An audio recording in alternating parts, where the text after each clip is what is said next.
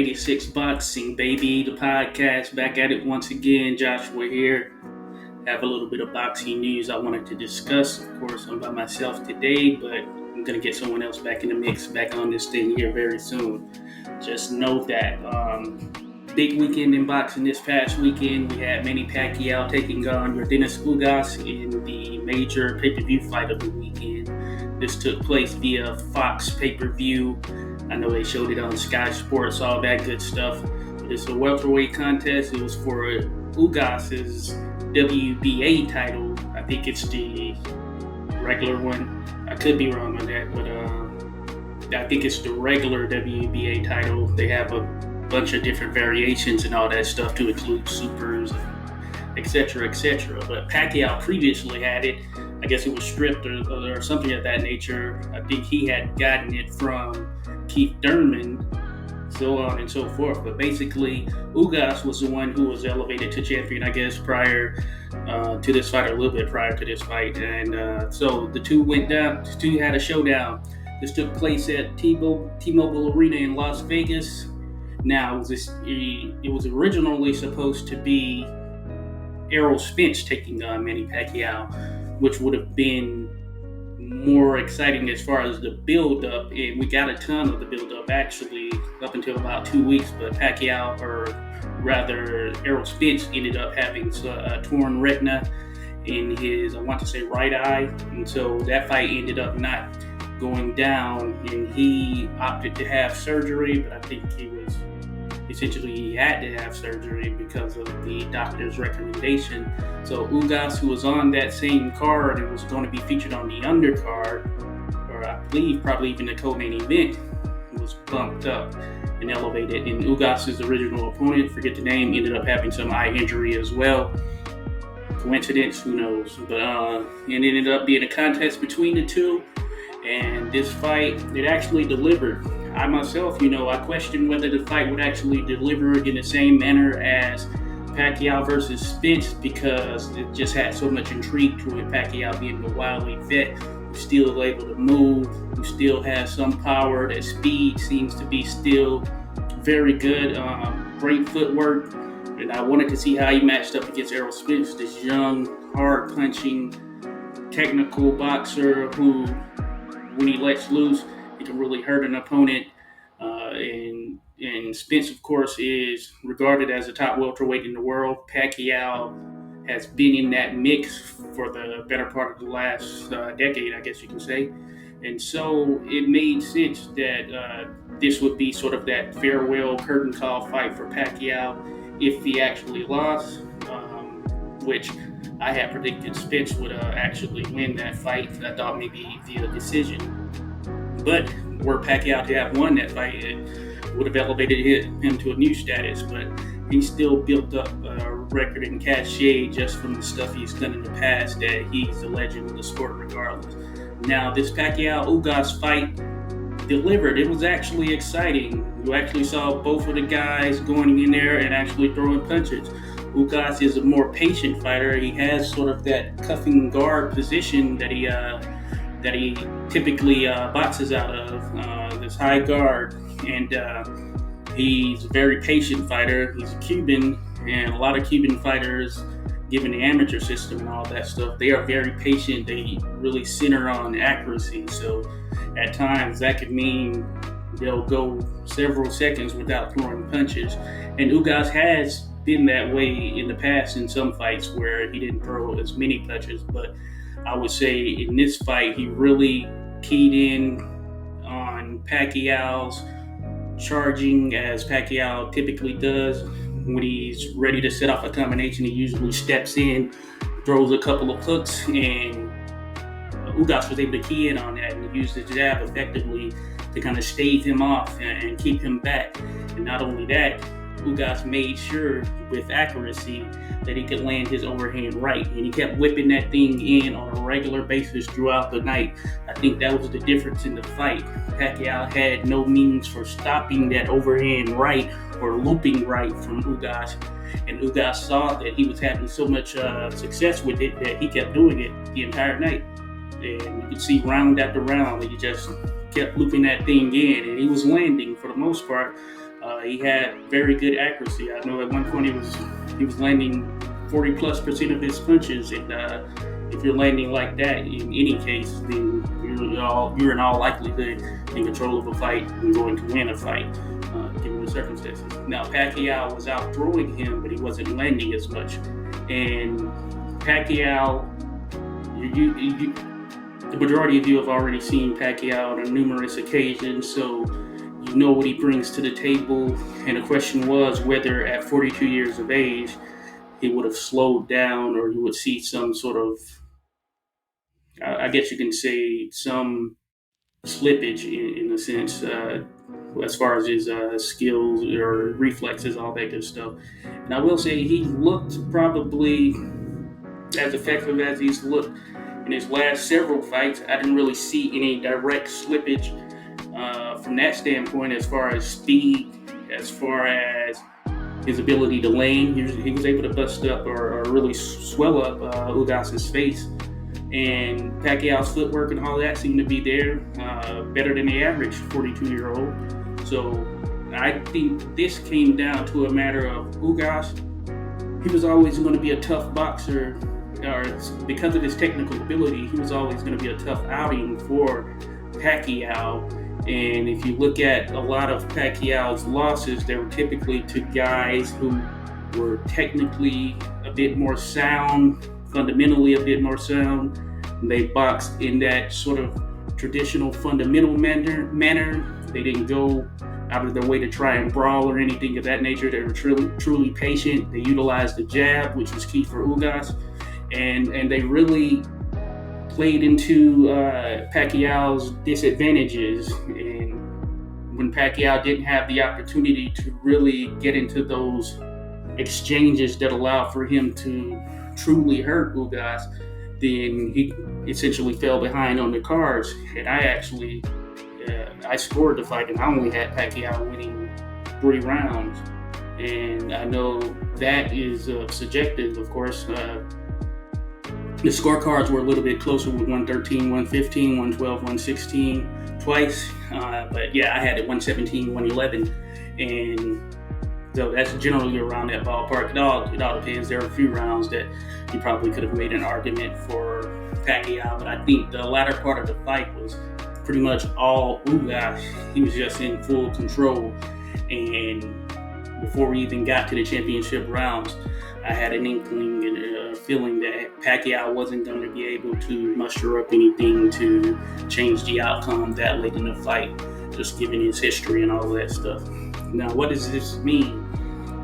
Well, Ugas is now the guy at one, or at least one of the guys at 147.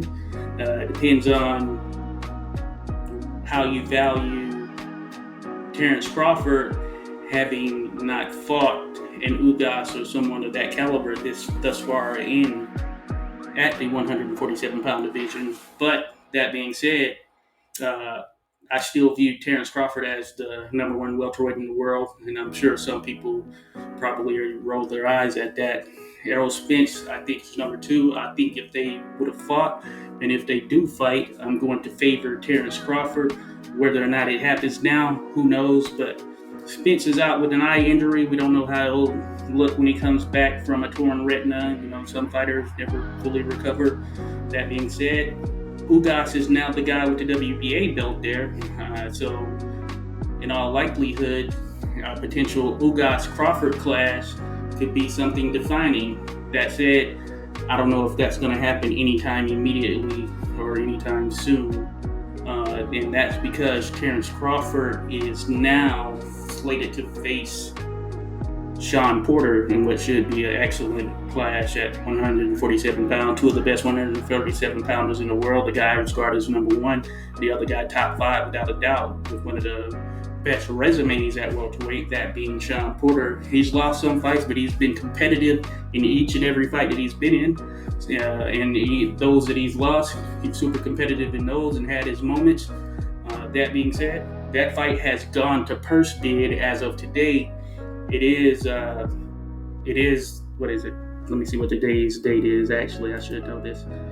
August 23rd, okay? August 23rd. But yeah, that fight has gone to purse bid. So we'll see what transpires.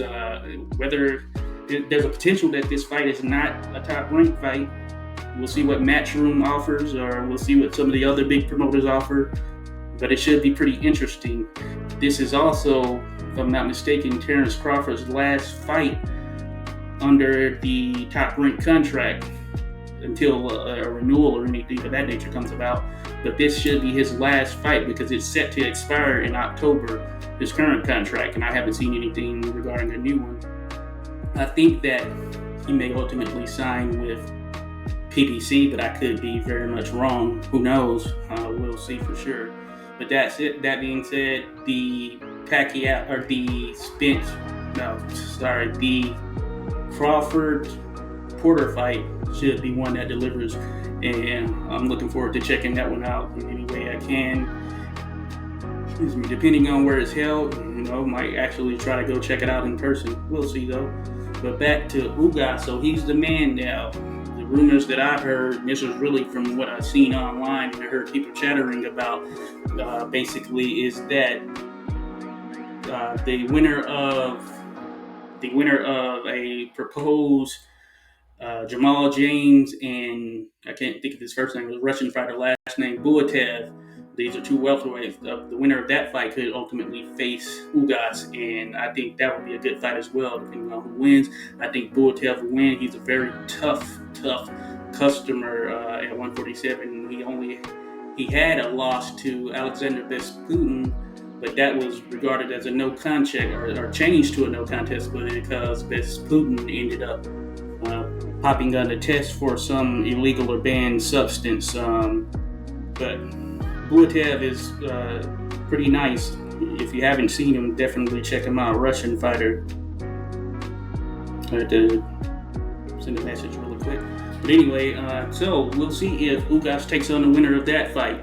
And if he does, and it's Buatev as I suspect, I think that's going to be a real tough one for him. I think it's going to be a challenge. Buatev is super solid. He's strong. He can box. And he's also very durable from what I've seen thus far. Now, Ugas does have the ability to potentially give him fits just fundamentally with his skill set, which I would say Ugas may be a little bit more polished, but Buatev is certainly skilled, and I think he's a scary customer for anyone at 147 pounds. But basically, this is basically shaking up the 147-pound division in some sense. Many thought Pacquiao was going to win going in, myself included, and hey, things have changed. Now we're mulling whether Pacquiao will actually retire.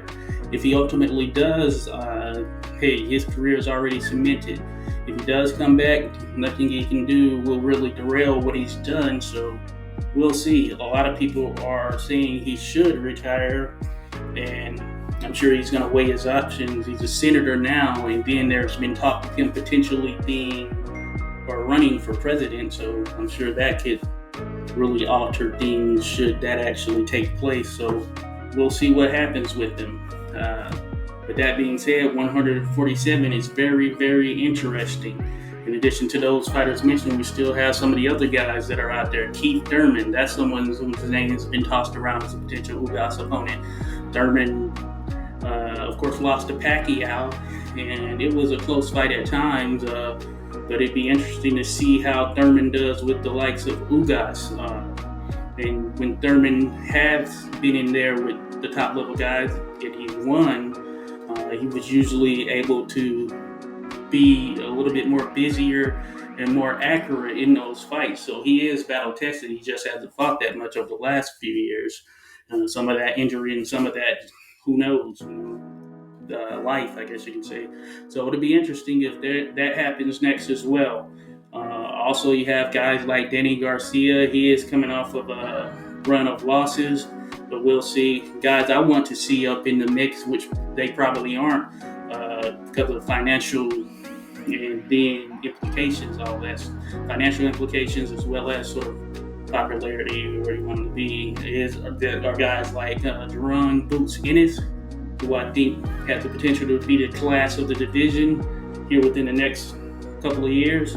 Also, Virgil Ortiz Jr., who I think is another one of those guys who's going to be right up there in the mix. It is a dangerous fight for any of the current 147 pounders, Crawford included.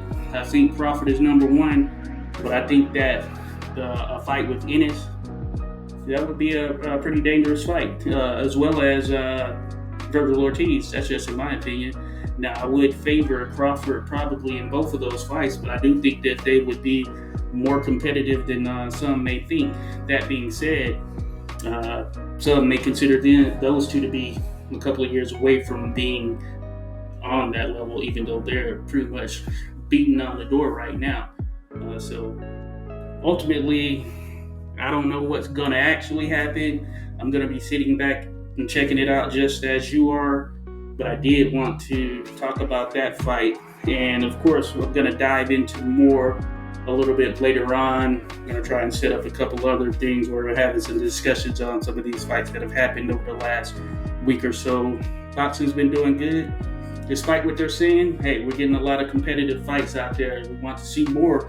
We have Wilder versus Fury coming up, etc. So Wilder Fury 3, that is. So we'll see what's in store, but 147 pounds is it has been and it continues to be very, very interesting. So I'm looking forward to what's in store for that. So that division as a whole.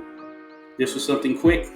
You have a good rest of your day. Thanks for checking it out. 86 Boxing Podcast. Check us out on everything. As always mentioned, have a good one.